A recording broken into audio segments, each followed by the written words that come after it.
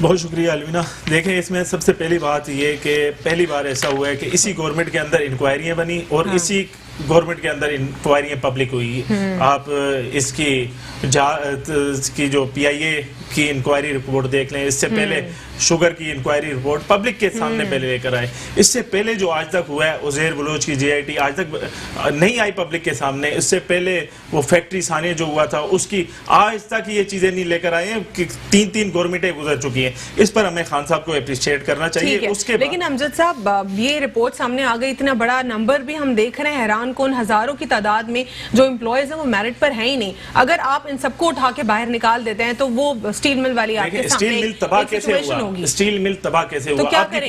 आपकी पुलिस पर पब्लिक क्यों आवाज उठाती है? इस वजह से, इसी तरह से जैसे आज ये इंकशाफ हो रहा है कि जाली भर्तियां की गई, जाली डिग्रियों वाले लोग भर्ती किए गए, इसी तरह से पुलिस के अंदर भी जाली डिग्रियों वाले लोग भर्ती किए गए, इसी तरह से वाटर बोर्ड के अंदर भी जाली डिग्रियों वाले लोग भर्ती किए गए, इसी तरह से स्टील मिल के अंदर भी जाली डिग्री वाले, और इसमें पार्टी शामिल थी। कहीं नून लीग ने किए, कहीं पीपल्स पार्टी ने किए, जिसका जितना वस लगा उन्होंने किए। लोग भर्ती किए, इदारों को खोखला किया, तबाही की तरफ लेकर गए। हम देखें 2 साल के अंदर हम चीजें बेहतर करने के लिए, अवाम ने हमें मैंडेट दिया। 2 साल हमें हुए, मैं वही आपसे बात कर रहा था कि अवाम क्यों नहीं, आप अवाम को 20 साल का क्यों नहीं हिसाब देते? हम तो 2 साल का, आज भी खान साहब ने पार्लियामेंट में खड़े होकर 2 साल का हिसाब किताब पूरा उन्होंने बताया। 5,000 अरब रुपए हमने वापस किए जो आपने लिए थे, हमने नहीं।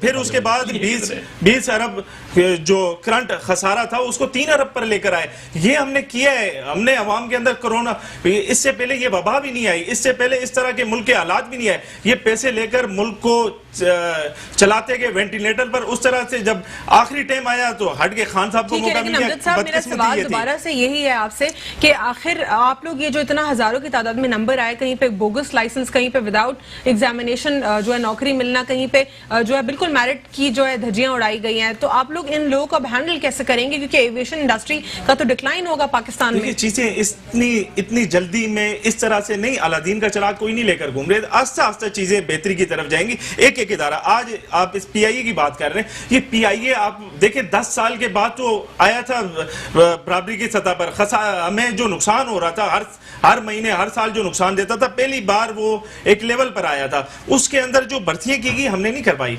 और ये जो साने हुए, एक मिनट सलमान भाई, एक मिनट, ये जो साने हुए पहली बार 10 लाख रुपए दिए गए के पैसेंजर को। इससे पहले जुनैद जमशेद साहब, अल्लाह उनकी मगफिरत करे, किसी की भी फैमिली को नहीं वो फोटो की आज तक कहाँ है? वो इंक्वायरी कहाँ है वहाँ की, और कहाँ पर है वो रिपोर्ट, कहाँ पर है, कितनी फैमिली को फेस्टेज किया गया? ये ना फैक्ट्स क्लियर नहीं है ना हमारे पास। खाली अनाउंसमेंट किए गए, दिया किसी को आज तक कुछ नहीं दिया गया, उल्टा तबाही की गई इस मुल्क की। पहली बार इतने मुश्किल हालात के अंदर खान साहब कोशिश कर रहे हैं कि हम इस मुल्क को, आप देखें आज खारजा पॉलिसी बड़ी डिस्कस हो रही थी असेंबली के अंदर। पहली बार रूस कह रहे हैं कि हम जो इंडिया को जाती है वो आपने पाकिस्तान के खिलाफ इस्तेमाल नहीं करने।